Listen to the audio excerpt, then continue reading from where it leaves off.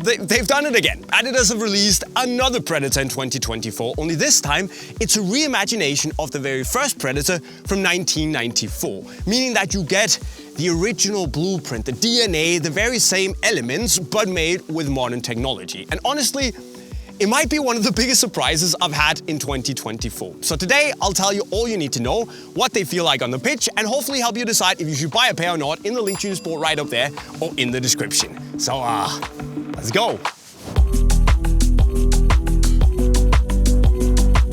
So, a reimagination, Jay. What on God's green earth is that? Well, the thing is that Adidas have decided not to give us a remake of the original Predator from 1994. That would just be a chunky, heavy mess. That wouldn't fly. It would simply not be enjoyable. But instead, they've actually gone in and used the blueprint and tried to recreate the boot using modern materials and technologies, making it much more acceptable to wear today.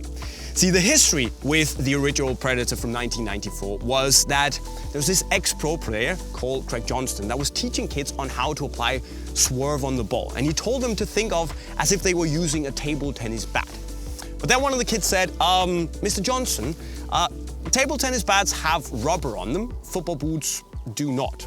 And apparently that was a $1 million idea. So Craig went home, then stripped a table tennis bat off the rubber, put it, glued it on a leather football boot, and felt that he actually had something that worked.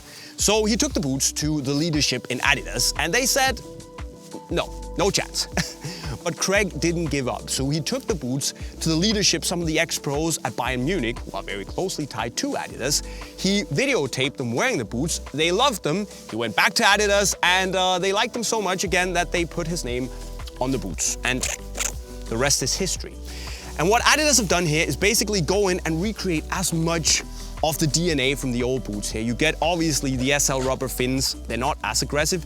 You get the lovely leather. You get the little kangaroo scales on the leather here, the eyes on the tongue, and it really looks and feels like a very, just a very loving tribute to the original, but with a boot that I would actually want to wear in 2024.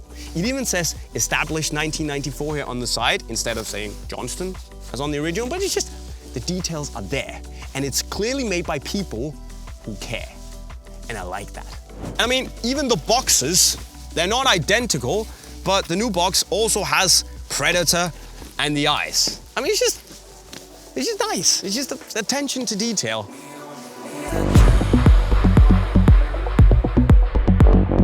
But what you get on the reimagined Predator 94 here is a full fusion skin leather forefoot and parts of the midfoot and the heel, which means that you have this absolutely sensationally lovely leather here on the forefoot. It's calfskin, but that doesn't mean, it doesn't mean anything because it is extremely soft out of the box. And once you step in and you start to break it in, it becomes like, I wouldn't say a second skin, but you just feel very, very slipper-like and easy to put on, really. Then of course you have the SL rubber fins here, which are made with the same rubber material as you get on the Predator Elite, but obviously with the shape of the original elements from the 94. Then you have your U-throw tongue, which allows you to really adjust the width and the fit of the boot nicely. And of course the heel here, which is probably one of the best bits on the boot. I know it sounds daft, but hear me out, because you have a slightly more traditionally shaped heel here with a synthetic suede on the inside, and compared to that slightly more modern knitted heel on the original Predator Elite, well, I feel that there's just a little bit more support and plushness and softness to this, meaning that you get this very gentle, but also slightly more secure fit that it's wildly comfortable to step into. And that step-in experience is what I really liked here. You get that very classic, almost like welcoming, slipper-like fit that is still light and modern and just feels easy to put on. It was really good. So that's pretty good. I mean, you get the leather love and the grippy elements, which all feel pretty modern and nimble because they sit on the Control Frame 2.0 tooling. That also has the eyes, which is nice.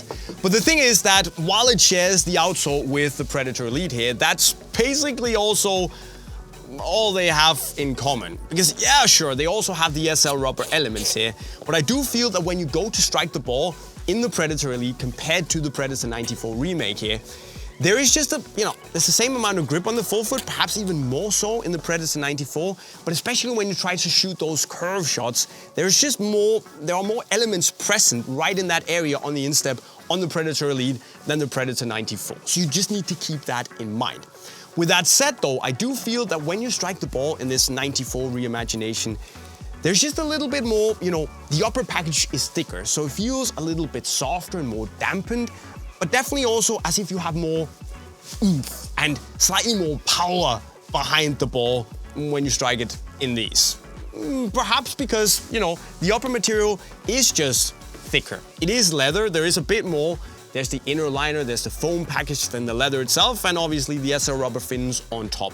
And compared to that very, very thin Hybrid Touch super sleek package, it is just a different sensation. So as you can see on the fit, it is not as streamlined or as snug as the Predator Elite. There will be a little bit more room, both width-wise and also height-wise in the toe box. It's actually built on the same shape as the Predator Elite, so the same foot shape, but given that there's just more thick material, the upper package is thicker, it just feels ever so slightly, wider and roomier compared to the Predator Elite. Now, that's not necessarily a bad thing. For me, it does feel softer and more comfortable and ever so slightly more traditional. And it's gonna be a matter of preference for you. Do you want it snug and streamlined, or do you want it slightly more comfortable and supportive and roomy, basically? That's up to you. But Jay, what about the annoying things? There must be some, right? It can't be the perfect boot, and you're absolutely right. This might not be to everyone's taste, because the Predator 94 reimagination here is on the, I would say, the bulkier side. I just definitely had to get a little bit more used to this because the material was thicker and there was that extra element of SL rubber fins on top. So took a little bit of adjustment, but for me now, it's genuinely not a problem. The other thing I noticed was that this synthetic suede lining and the inner liner on the material in general is just a little bit smooth, meaning that if you're not wearing grip socks or doing the runner's loop, for instance, there could be a little bit of slippage inside of the boot, which I could have done without.